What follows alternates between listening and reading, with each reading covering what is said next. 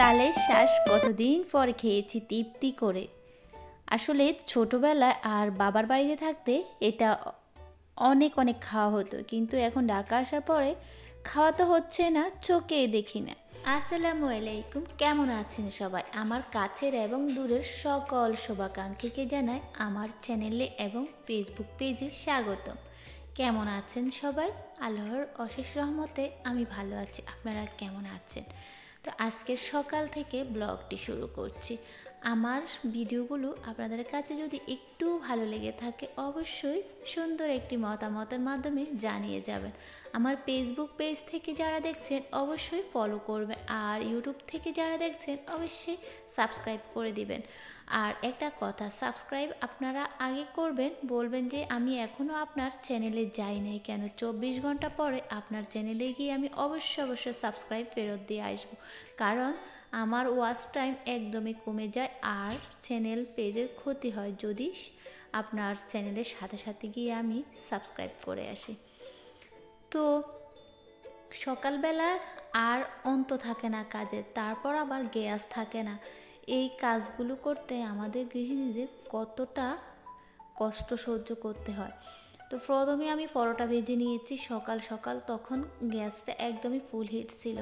তারপর রাতের বেলা আমি লাউ রান্না করে রেখেছিলাম, আর দিনের বেলা এই লাউটা এরকম আগুনে রান্না করলে একদমই মজা হতো না। তো এখানে আমি ভাজি করছি লাউয়ের খোসা।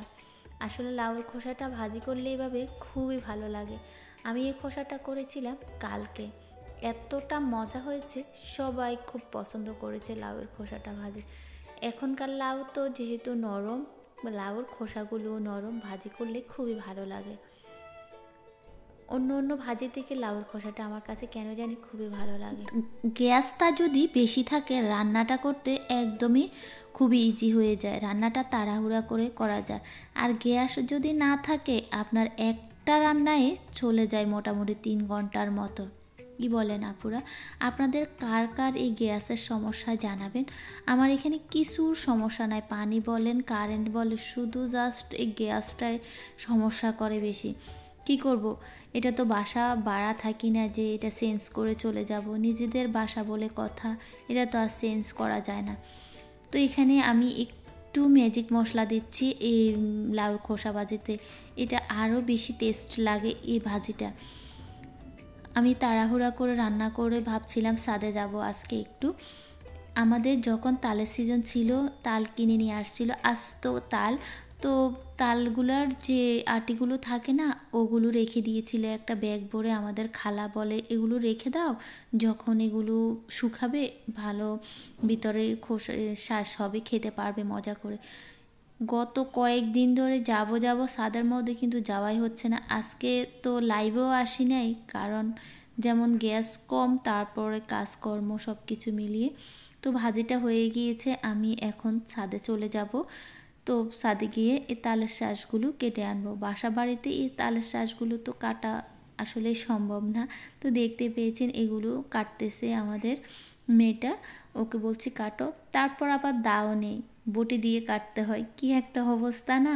এগুলো সেই ছোটোবেলা খেয়েছি, আর ছোটোবেলা বলতে বাবার বাড়িতে খেয়েছি। আমাদের ঢাকা শহরতে এগুলো বিক্রিও করে না যে খেতে পারবো। তো এগুলো তারা কাটতেছে, এই বাচ্চাগুলো এখান দিয়ে দেখতে পেয়েছেন, তারা মাটি নিয়ে খেলা করছে। দুপুরবেলা ছাদে গিয়েছিলাম একটা কাজে, তারা অন্য কাজ করতেছে। তো এতটা মজা এই জিনিসটা আসলে বলে বোঝানোর মতো না। ছাদে গিয়েছি, যত আন্টি ভাবিরা দেখেছে বলে এই জিনিসটা কোথায় পেয়েছেন, অনেক বছর পর দেখেছি। আসলে এই জিনিসটা পাওয়া যায় না, লাখ লাখ টাকা দিয়েও পাওয়া যায় না। তালের শাঁসটা অনেকে রান্না করে খায় নারকেল দিয়ে, দুধ দিয়ে, কিন্তু আমার কাছে ওরকম রান্নার থেকে এভাবেই বেশি ভালো লাগে। আসলে এই জিনিসটা অনেক অনেক মজা, আর অ্যাভেলেবেল পাওয়াও যায় না। তো কে কে পছন্দ করো অবশ্যই কমেন্ট বক্সে জানিয়ে যাবে। আজকে ছোট্ট ভিডিওটির কোনো অংশ যদি ভালো লাগে লাইক কমেন্ট শেয়ার সাবস্ক্রাইব করবে। আল্লাহ হাফেজ, আসসালামু আলাইকুম।